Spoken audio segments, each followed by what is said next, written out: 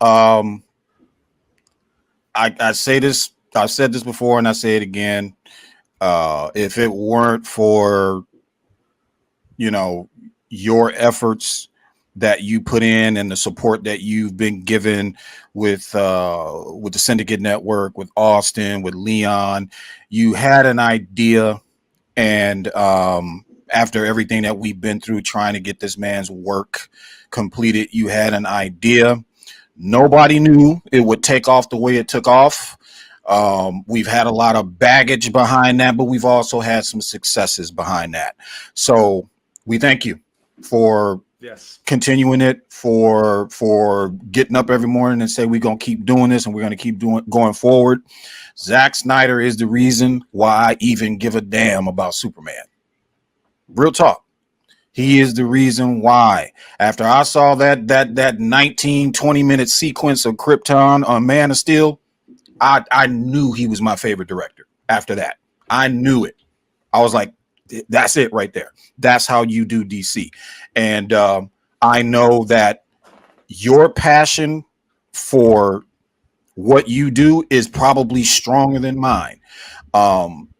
You get up every day, you put in the work, you put in the videos, you even went out there to Stone Quarry and had your suit on ready to go. That's how much it meant to you. So that's how much it means to us. And we thank you, sir. Absolutely. I appreciate you guys, man. I'm over here getting all teary-eyed, man. This is crazy, bro. This is crazy. You know what I'm saying? Yep. But I do want to say this. Obviously, the work is the work, but it doesn't feel that way because of the fact that you guys have, I've said this so many times. I could have went on stream and said that hashtag or whatever, and without you guys believing in it and the people believing in it and supporting it, it goes nowhere, right? I could have kept doing cartoons and serial streams, and we could have just kept doing all of these things that we've been doing, but it is because of the passion of you guys that we've been able to have all of these successes. And there has been some baggage with that, but at the same time, I think that the wins have been so much more impactful and so much more grand than anything that could have tried to stop us back or be any sort of obstacle. So I am loving this community. I'm loving what we've built. We do have more plans on how to continue pushing these things forward into the future. And I just want to let all of you guys know that, each and every single thing that we do with this campaign, it is with you guys at the forefront of each and every single decision that is made, even ones that are tough. It's all encompassing, but we think that, going forward, we have more than enough. I said that after Mikey's passing, that I felt that we had everything that we needed to be able to drive this thing on home, and we seem to be doing that right now. Because I told y'all before the stream started, ever since ZSJL is about to be at a Netflix movie theater, I just can't stop smiling for some reason. I don't know why, but life just seems so much brighter on this side, guys. Like, in a few weeks, Zack Snyder's Justice League is about to play at a Netflix theater, right? Who would have thought? Who would have thought that, though, that one of the white whales of cinema, right, is this film that everybody's trying to get into theaters, and we're clamoring for this worldwide release, and they've not been allowing people to screen this movie, but all of a sudden, it's about to be the Netflix owned theater, you know what I'm saying? Dan Havoc said it. Yep, hey, that's a sign. That is the sign. That's what he said. That is correct. They had conversations, y'all. There is no running. Oh, yeah. Hey, dread it. Run from it. Destiny arise, all the same, buddy. It's gonna bring you right back to me. So if we have to, so Sky, if we have to, in the words of what Thanos says, we will shred this universe down to its last atom. Yep, if we have to. That's right. So I wanted to ask you, so Sky, I wanted to ask you, what came to your mind when the day this went nuclear? Because this didn't go viral. This went freaking nuclear bomb. Yeah. Like Immediately. Like, Yeah. did you ever think that you, like a regular fan, like, because let's face it, we're all nobodies here. You know, we're not Absolutely. celebrities. We're not people Absolutely. with money. We're not famous people. We're just regular schmegular fans. Regular Joes that are fans of this IP. What was your first thought when the tweet went out, the first tweet, Sell ZSJLtoNetflix, and all the both positive and negative responses? What was going through your head when that was happening?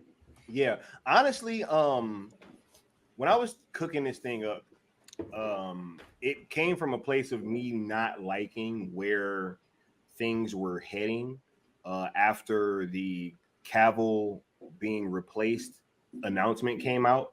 I saw, because I kind of have these people that I follow, and I've said who, but I don't know if I want to say it right now. But there are certain people that I kind of think about as being like the people that I watch to get a gauge on how the community is responding to something at large, right?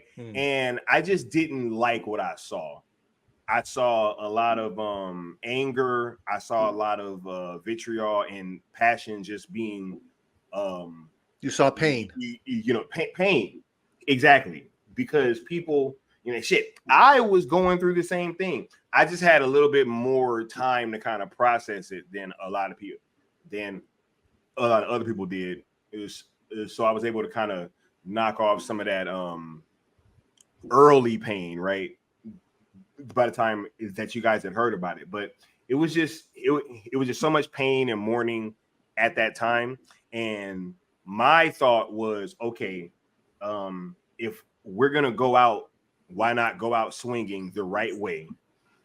Which is the Zack Snyder fan base has always had this label of being toxic people and all these things, but I've known personally that people haven't been that way in this fandom from what I've seen. So I'm like, yo, why don't we just do this thing our own way? And it was really just born of trying to give some hope to our little pocket of the internet. That's all that this was. I promise you guys, like, it was nothing beyond just, hey, this community, right? And us just trying to give them help or hope. And yeah, I said it late evening. I think it was like January 3rd or something.